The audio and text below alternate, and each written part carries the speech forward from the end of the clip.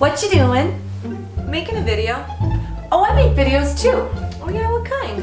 So I really like Harry Styles, and so I take pictures of him and I put the Ken Burns effect on and I set it to Imagine Dragons videos, our music, and then I put it on my YouTube channel.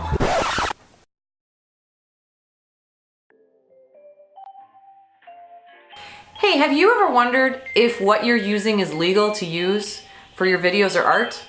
Well, this video is going to talk about the basics of copyright as well as some resources to find some free to use stuff on the internet. So I hope you enjoy. Are we going to find some free pictures of Harry Styles? Let's do a quick lesson on copyright. Copyright is put into place for any piece of published work made by a human. So animals or robots can't make something that can be copyrighted. Hence, Naruto the monkey didn't get credit for these photos. By the way, if you do not know the story of Naruto and his photography exhibition, you should really Google it. It is fascinating. Now, copyright gets a bad name. People always think of it as, oh, I'm getting copyright dinged, but actually copyright is meant to protect the creator, as well as make sure people are making original art. It's always supposed to be moving the art forward. That's why fashion is actually not copyrighted. So that means that when you buy a knockoff Gucci or knockoff Prada bag, it's not copyright infringement because there isn't the same rules for it, because they believe that copyright would prevent fashion from moving forward. Counterfeits. People tend to conflate them, but they're not the same. This is a counterfeit. It copies the symbols of the brand that made the original. So counterfeits are typically illegal.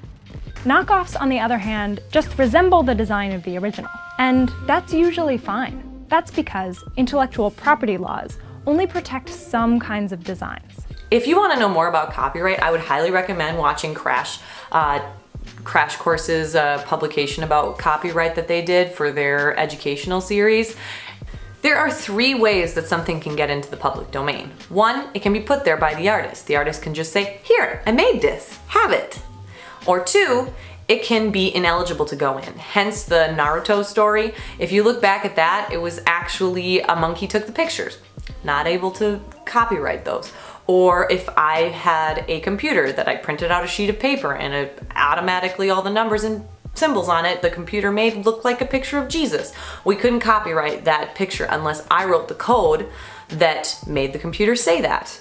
Or 3, you can have it age out of copyright. Right now in the United States, about 70 to 75 years after death of the artist, it did go through a change in the 90s, and we haven't actually had anything go into the public domain since the 90s, and so 2019 is gonna be a big year for the public domain for the United States of America. It's gonna be great, people. If you wanna know more about this, actually Adam Ruins Everything did a really great video about the public domain and copyright infringement, and so I would highly recommend watching that, and it's pretty entertaining. And also, if you want to learn more about other countries and how their copyright works, there's a great video about why the Eiffel Tower is illegal to take pictures of at night that was done, and it talks a lot about architectural copyright. Now let's talk about the fun stuff. It's about time, you Debbie Downer. So I'm going to talk about a couple of resources for images, music, sound effects, and video that you can use so that you can use it on your artwork and not have to worry about getting hit with a copyright claim hit. For images, I like to use the Creative Commons as a search engine. If you go into the Creative Commons, they have this really great search bar, and we're gonna search horses just because it was the first word that popped into my head while I was doing this. And if you go into there, then you can search through any of those different sources, YouTube or whatever. I'm gonna use Google Images. You click on it and then it'll give you all these Google Images, and what it does is it sets the advanced search to copyright-free imagery. And you'll find that a lot of the copyright-free images are coming from some of my other sources that I'm going to give you. Another one for images, if you want to go straight to a source, is Pixabay, Pixabay.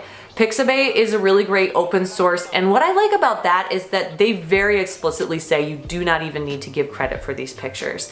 But I always say to my students, these pictures are generic. You're gonna see them and they're gonna be all the same. And because people know about Pixabay, they're gonna look the same, which is why copyright is so important. If you're copying it just from here, none of your pictures are gonna look original and everyone's gonna be able to tell that you took it from a public domain. Transformative is important even in the public domain. For sound effects, I like to use the Sound Bible. Now, if you're making films, you might not notice this right away when you're making films, but after a while, you're gonna start to see that sound doesn't exactly pick up the way that it should in a lot of film. You want to make sure that you add a lot of sound and you can form a lot of sound. And so I use Sound Bible. All of them are copyright free sounds and they're really easy to download. There are a couple other sites that you can use if you just Google copyright free sounds. A lot of times you'll see a lot of stuff pop up, but with students it gets really complicated to go through all the different weird loopholes and logins and steps. Sound Bible, you do not need any logins, which is another thing about all the elements on this list. None of them require a login in order to use the stuff. For music, I like to go to YouTube, and what I first encourage students to do is learn how to search copyright free. YouTube actually has a really great community of YouTube artists that are making music to be used for other videos. And so they're kind of in this symbiotic relationship where artists and video makers will use their music in order to make the video, and then they give them credit so that it sends more people to view their video, which then uses it more, and so they get more traction and more exposure, which is the views that they rely on for their videos. And so one thing though with these, unlike the other ones that I mentioned before where you don't really need to cite where your stuff comes from because Pixabay allows you to take whatever, this one it's common courtesy to make sure that you cite where your work is coming from, because this is part of their livelihood. This is how they make their money, and how they get out there is by actually getting people to view it. My music, I usually pick it from No Copyright Sounds, Bass Rebels, and I also use some Kevin MacLeod sometimes. And so Kevin MacLeod though is more theatrical, so usually I use his for like suspenseful music or stuff for background music, but for like vlog music it's usually Bass Rebels.